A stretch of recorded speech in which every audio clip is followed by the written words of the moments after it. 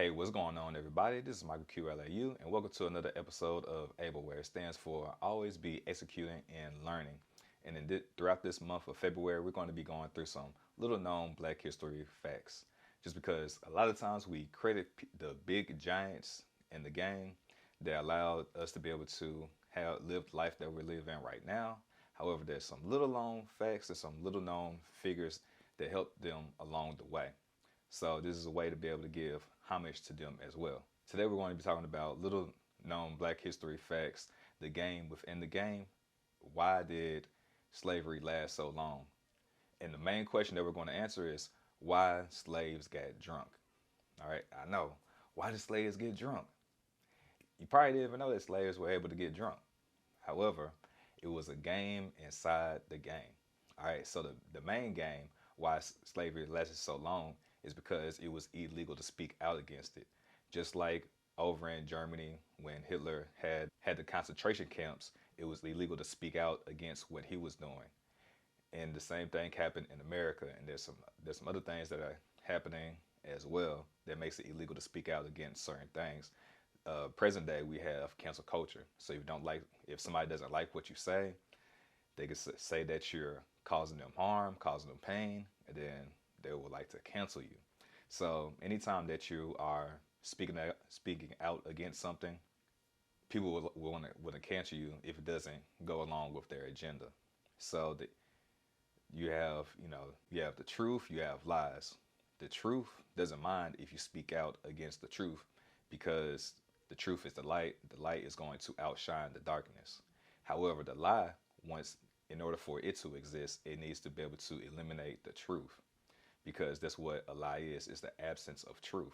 So just think about anytime that you get in an argument with somebody, I don't want to say argument, but you get in a conversation with somebody, allow them to speak, allow them to be able to see a different vantage point, and then make your own decision whether you believe that they are right or whether they are wrong, and be open to the idea of something that's different than what you believe or what you believe to be true, because a belief is just something that you think that is true. All right, again, a belief is just something that you believe is true. There are a lot of things that I believed growing up that I found out weren't necessarily true. I realized that Santa Claus, there's no such thing. There's no such thing as the Easter egg bunny. But how silly would it be if I grew up and I realized that the Easter egg bunny was fake, but I continued to believe in it, although everybody continued to tell me that it was fake, and I found no evidence that it was ever true. All right, so we're going to go ahead and do a deep and wide dive into this discussion, and I'm going to give you 4 reasons why slaves got drunk. All right, the main reason why slaves got drunk is because it was a mental control mechanism used by the slave master.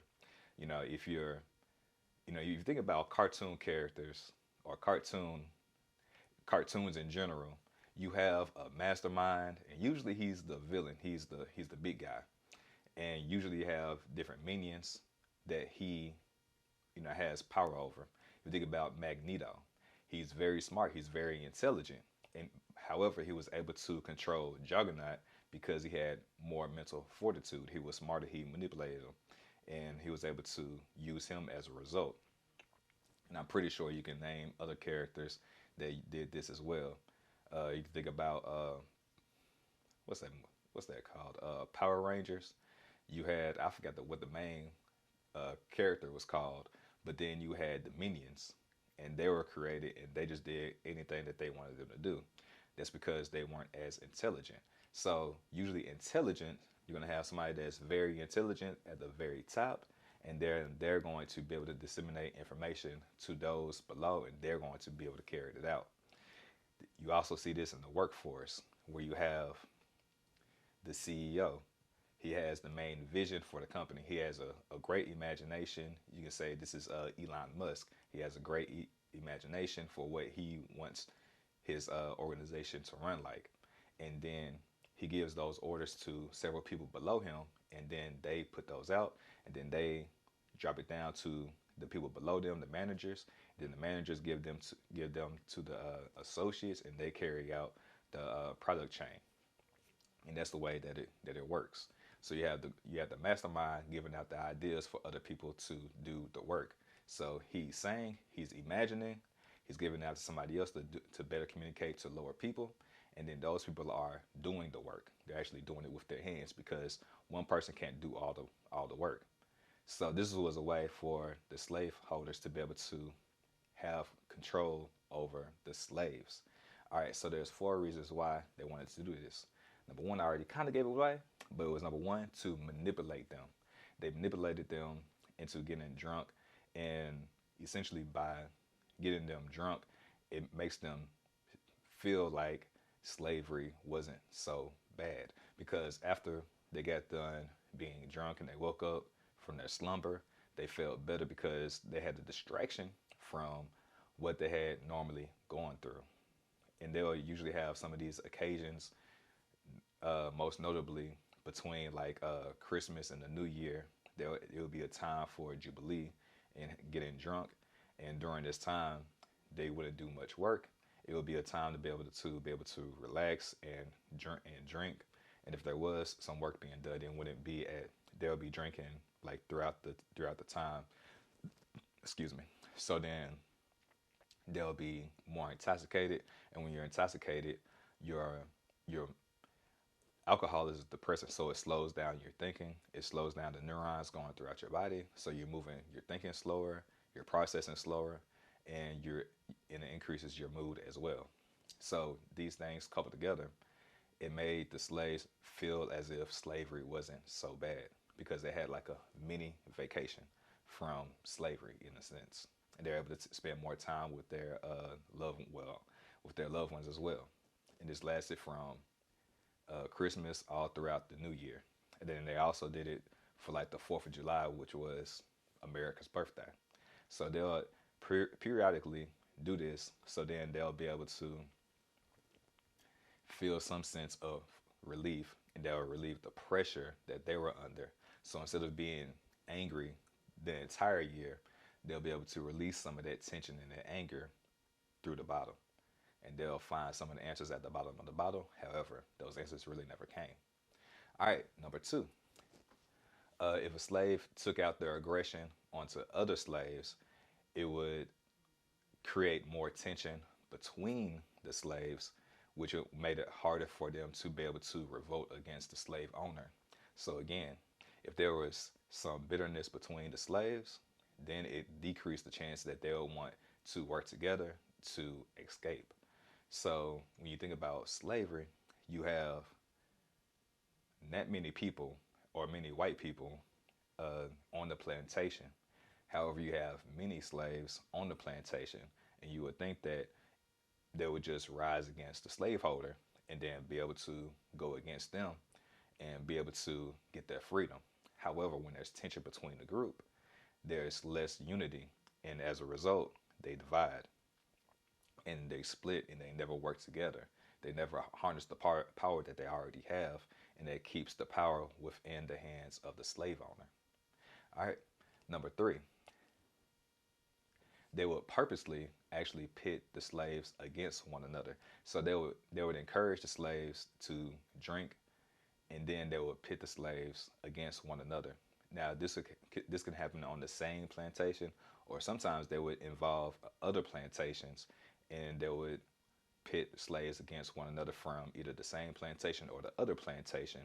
And what this would happen, and if they ended up getting into a fight, which oftentimes they did because they would force their slaves to get into fights as well, it would then create more tension, not only against the slaves on the same plantation that they were familiar with, but then also any other slave from any other plantation. So any black person in general, they'll have a distrust against them as well as a result.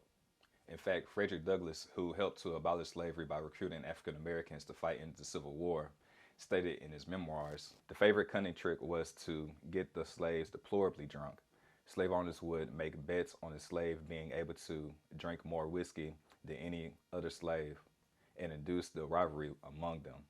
And then what would happen if there was a fight or anything happened as a result, what they would do, they would take pictures, put it into the newspaper and the magazines, and then show the people that are outside of that are not slave owners how them being slave owners is actually helping these poor black people because they're uncivilized. They don't even know how to be able to help one another. They don't know how to be able to coexist with one another because they are such savages and just not human.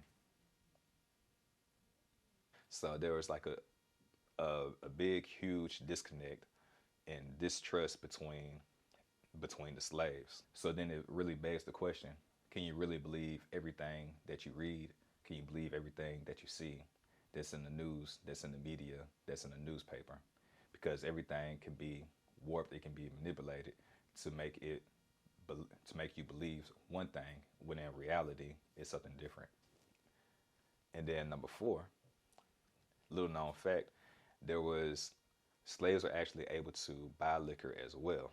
So as a result, it made the white liquor store owners rich because the slaves would pay for the liquor.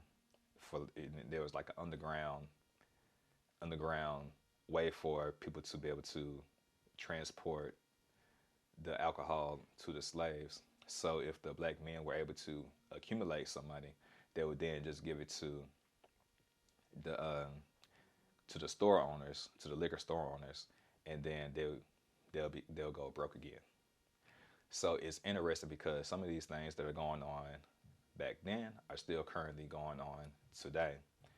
And even though I said like they said they did some of these things on like the holidays, for like Christmas through the New Year's, some slave owners would do it on the weekends.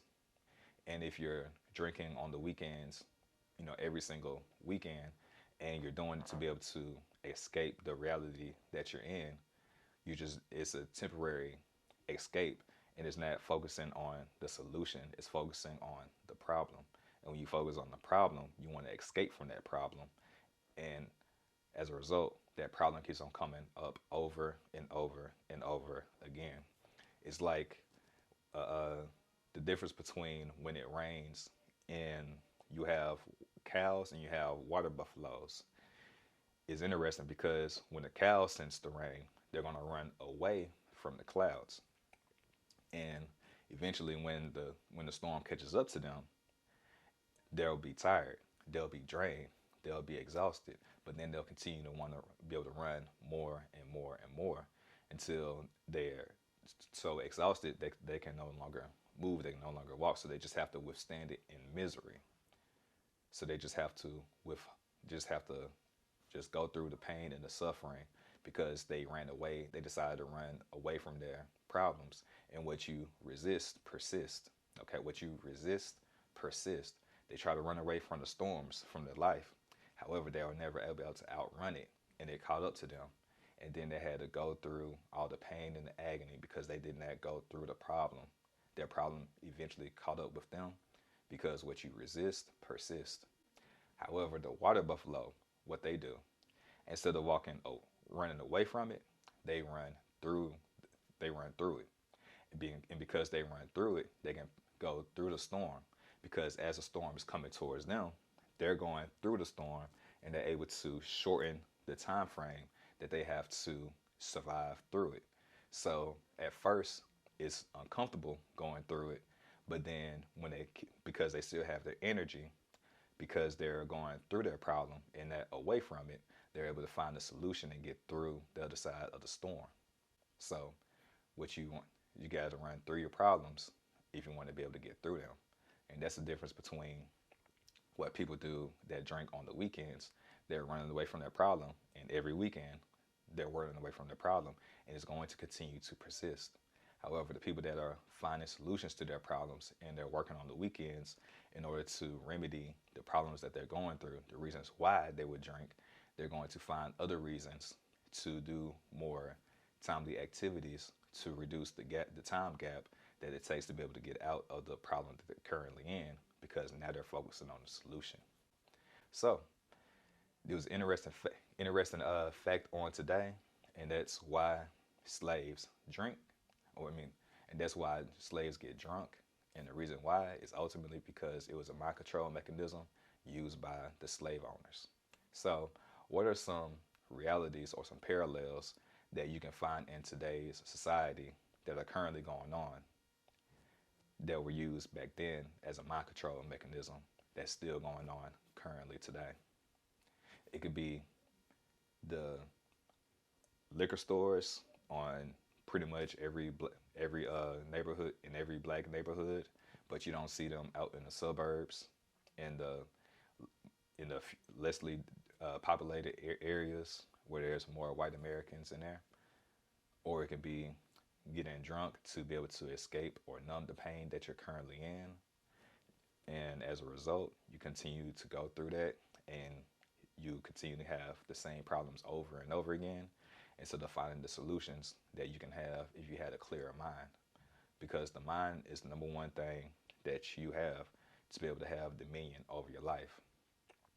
And what you think, you have that, what you think is what you think comes to fruition if you continue to think strongly enough about it.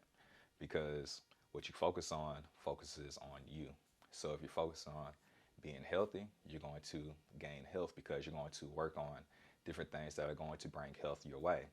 However, if you're focusing on escaping pain, because pain is in there, you're going to focus on pain. How can I avoid this pain instead of how can you be healthy? So change your words so then you can change your life. All right. So I appreciate y'all for tapping in and never tapping out. As always, like, share, and subscribe this out if you enjoyed this video. And if you like this video, go ahead and check out this video. I talked about the little known facts about the Lovings, which I find to be very interesting. This is a landmark case that went up to the Supreme Court that made it legal for interracial marriage. So go ahead and like, share, and subscribe. Watch this video next. And as always, y'all stay infinitely fit and infinitely blessed.